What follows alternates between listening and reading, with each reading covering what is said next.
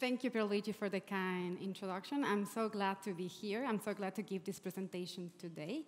And I would like to spark some conversations afterwards, and I would like to hear from you what you think about what I'm going to present. So today, we're going to talk about a text-based AI engine for structural form finding. This project is being worked in collaboration with University of Florida, TU Munich, and NVIDIA.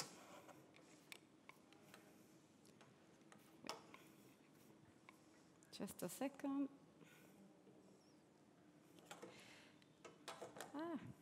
Wait.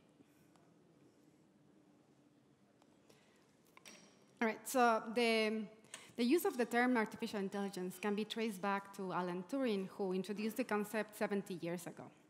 Turing proposed that machines can exhibit intelligent behavior by tricking people into thinking they were human. Industry and academia have been competing to pass those Turing tests with their AI systems for many years.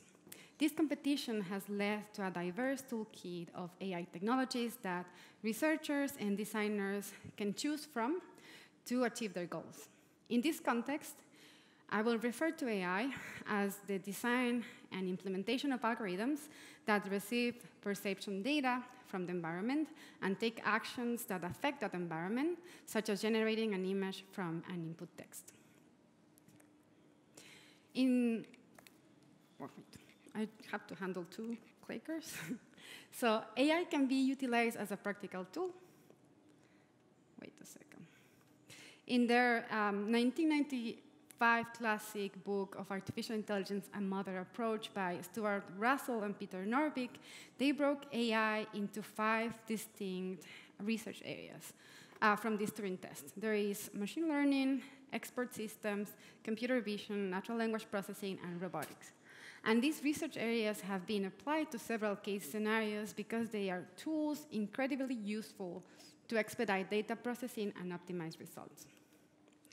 So AI can be used as a practical tool, similar to a hammer, a lever, to address this particular problem, or tasks such as playing chess, image recognition, text recognition, etc. However, it can also be used as an instrument, comparable to a pen, a paper, or a violin. Just like these instruments, they require a skillful human to produce a masterful piece.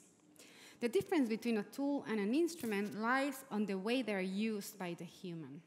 So I invite you to think of how we can use AI to complement designers in their professional activities as a tool or as an instrument.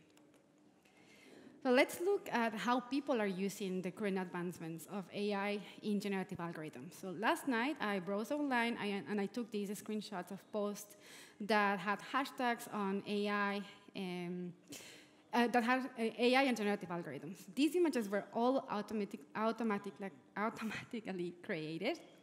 They used AI algorithms that have been trained by a vast amount of data from curated databases, from internet sources, and data that has been created by us, that has been collected by us. Let's dive into how these algorithms function. So they aim to encompass all the data points that we generate within a normally distributed curve. These examples are not without our imagination, so we can say that they are within the boundaries of what we can imagine. The algorithms learn from past data. However, I want to bring the question to you, so what happens on the edges of this normally distributed curve? And I think that in those edges is where we encounter those extraordinary designs that defy categorization, such as that stands as exceptional instances of creativity.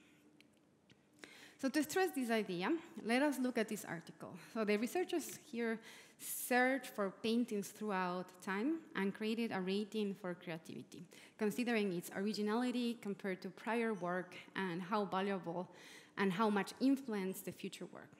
It is interesting to identify that different art pieces considered to be creative were never within the normally distributed data, which means that all of these masterpieces were always within the edges of the curve. So here is the question that I tell you. do you think AI can produce a creative work? And I say, it cannot do it alone. The way that we can think of producing creative work is by joining human and machine intelligence together. I want to turn your attention to how AI can complement architects and designers to make informed decisions, generate new ideas, and explore design spaces that were impossible before. So let's go back to AI and generative algorithms for architecture. So what we're seeing now is that we are able to generate realistic outputs from pure text without formulating and designing objective functions. So this trend now is fusing two AI research areas, which were before considered as main research. So it was computer vision and natural language processing. But now these algorithms are simply fusing these two. Text-based AI engines have the potential to create images handling a lot of complexity related to user experiences and preferences. And I would like to stress here the idea that these generations until now have only been dealing with form. But I want you to think that architecture and architectural design has many layers of complexity, such as functionality, structural stability, and comfort, etc. So we try to address these different layers of complexity through 3 projects, and this is what I said. These projects were done in collaboration with University of Florida, TU Munich, and NVIDIA Technology Center at UF. We use a generative framework that aims to balance between the efficiency of an AI and the critical and creativity thinking of a human being. In this case, it was about analyzing structural performance, while also capturing the quality aspects essential in the architectural design process. These projects have worked with 3 design elements. So we explored structural design through a roof, a tower, and a bridge. So I'm going to show you these 3 projects very quickly because I know I don't have too much time. But if you want to know more, in each of the projects we have a QR code for the publication. So this was the first project that happened about 4 years ago, and this is called Beyond Typologies, Beyond Optimization. So within this project, we created a design framework that included 5 design operations in a non-linear interaction between a machine and a human designer. Within this proposed framework, the sequence of operations are intended to be a variable that is user-dependent. So the designer is not forced to follow any particular path, but it can define the sequence in any order that he or she wants, and it also allows the algorithmic settings to be parameterized if it wants to. So here are the 5 operations. We start first with the generation. So here we use a combinatorial equilibrium modeling, which is a method for the design of a spatial network in equilibrium that is based on graphic statics and the combination state between tension and compression. In this case, as I said before, we are designing roofs for a stadium. The second operation is quantitative evaluation and filtering. Here we set objective functions to ensure the structural performance, and we use soft and hard constraints to filter the data set that we had initially. The next step is called representation and clustering. We used to encode the structure's higher order statistics, so we could use an unsupervised machine learning algorithm called self-organizing maps to organize the data set, because after generation, you end up in a moment where you have too many solutions. How do you actually arrive to the solution that makes sense? So we needed to find a way to organize the design space in a reduced visualization that we can explore it nicely. The next is what we call qualitative evaluation and selection. So here's when the human designer comes. Here is when the designer decides which are the preferred and non-preferred structures that will like to work further or would like to train the algorithm to generate only. So you created a data set that has 2 sets of data, one that is preferred and one that is not preferred. Let me see if it goes. And then goes to the regeneration section where you create a generative algorithm that has 2 architectures. So it has the discriminative architecture and the generative architecture. Here you use the generative architecture okay, it's similar to a generative adversary network. I will go in detail further, but here you have two algorithms that are working together to find the best solution based on the designer training data. All right, so with this project, what we're doing is that we have created a design framework that a designer can select the operations, the parametric setting, and it gets different outputs depending on what the designer actually wants to play. You don't have to do it sequentially. You can do it in any order, and you can do it as many times as you want, ending up with different solutions that are not the final project, but are ideas that you can keep working on.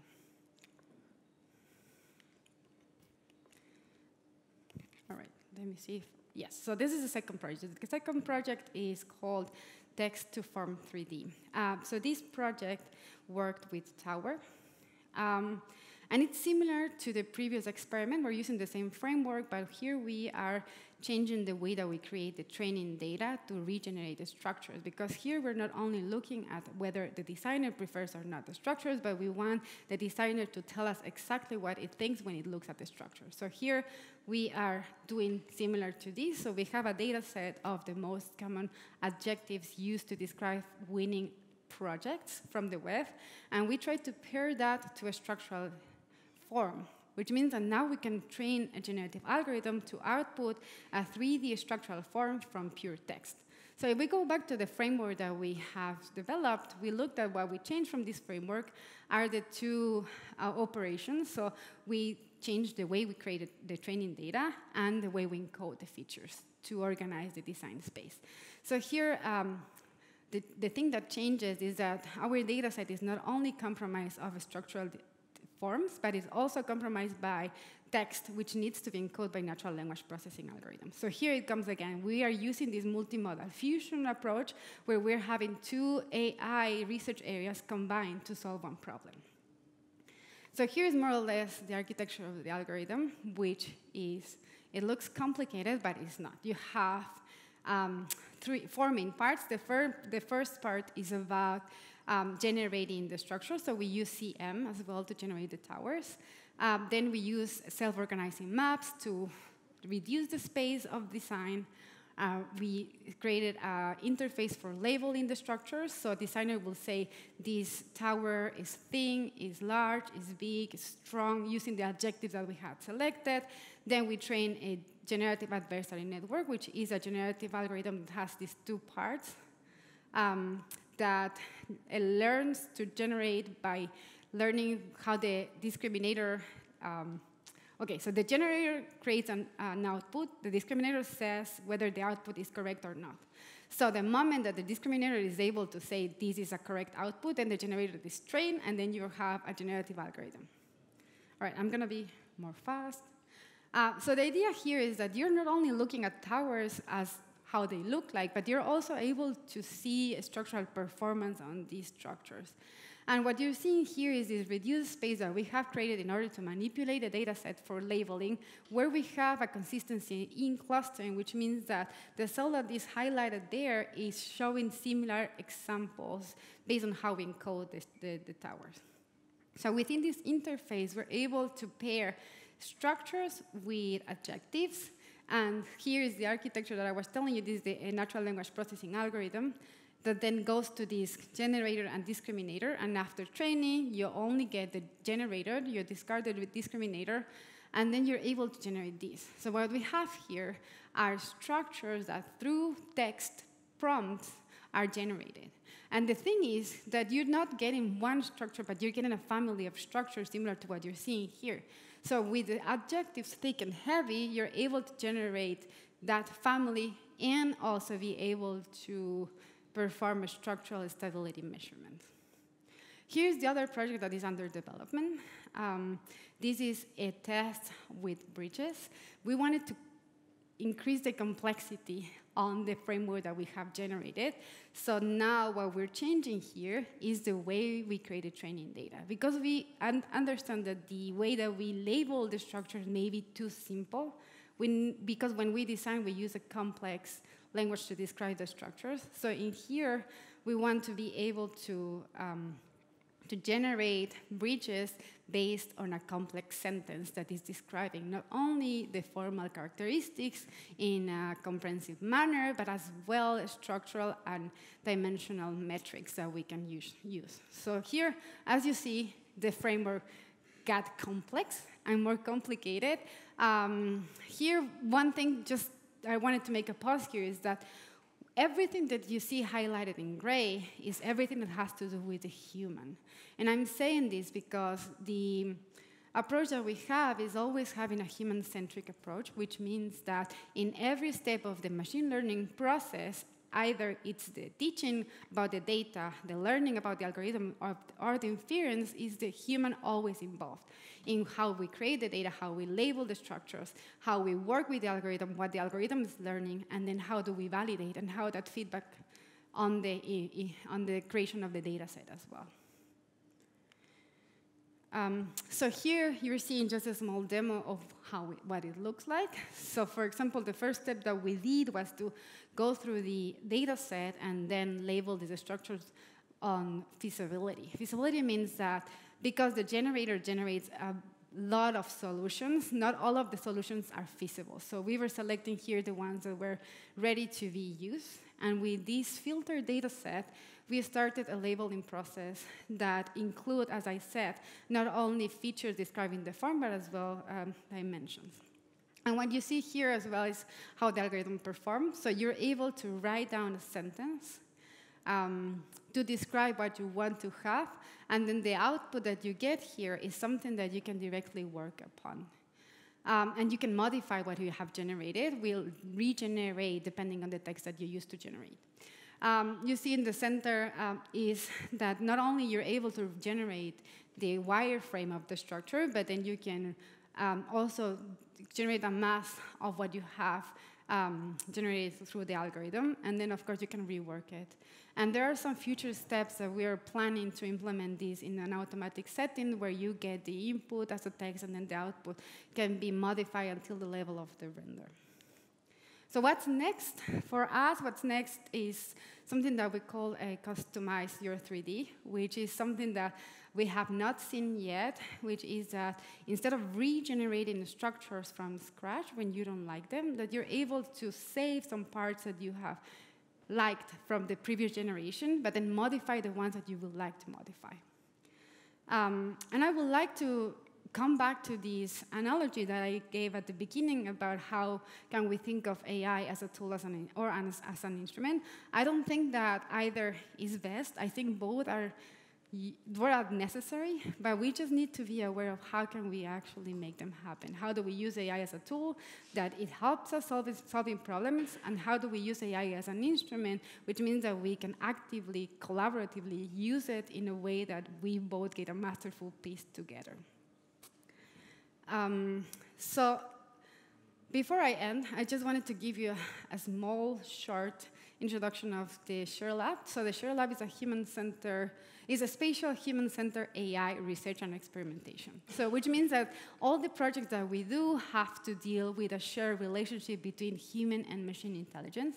We have two main research areas, one that is about how to use AI to empower creativity, and the work that I've shown you now, it's mostly about that. But then the second branch on research is about how to use AI for social good.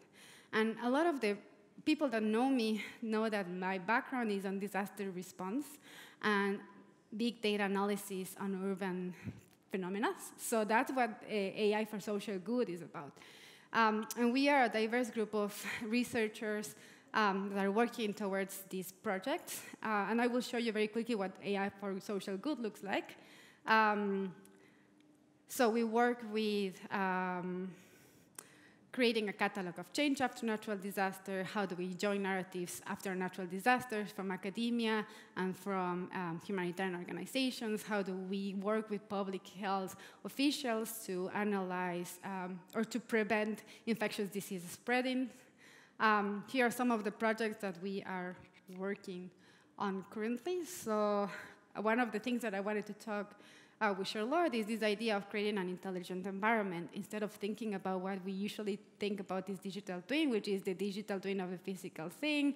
But I don't think that's a proper way of referring to this digital element. I think it needs to be an environment that is intelligent, that is reactive, that it affects and it gets affected. This is a project funded. I have 3 PhD students working with this project. Text-to-Form 3D is a project that was funded and is still looking for funding. This is a collaboration, the project that I showed you now with Pierluigi. We recently submitted another grant application.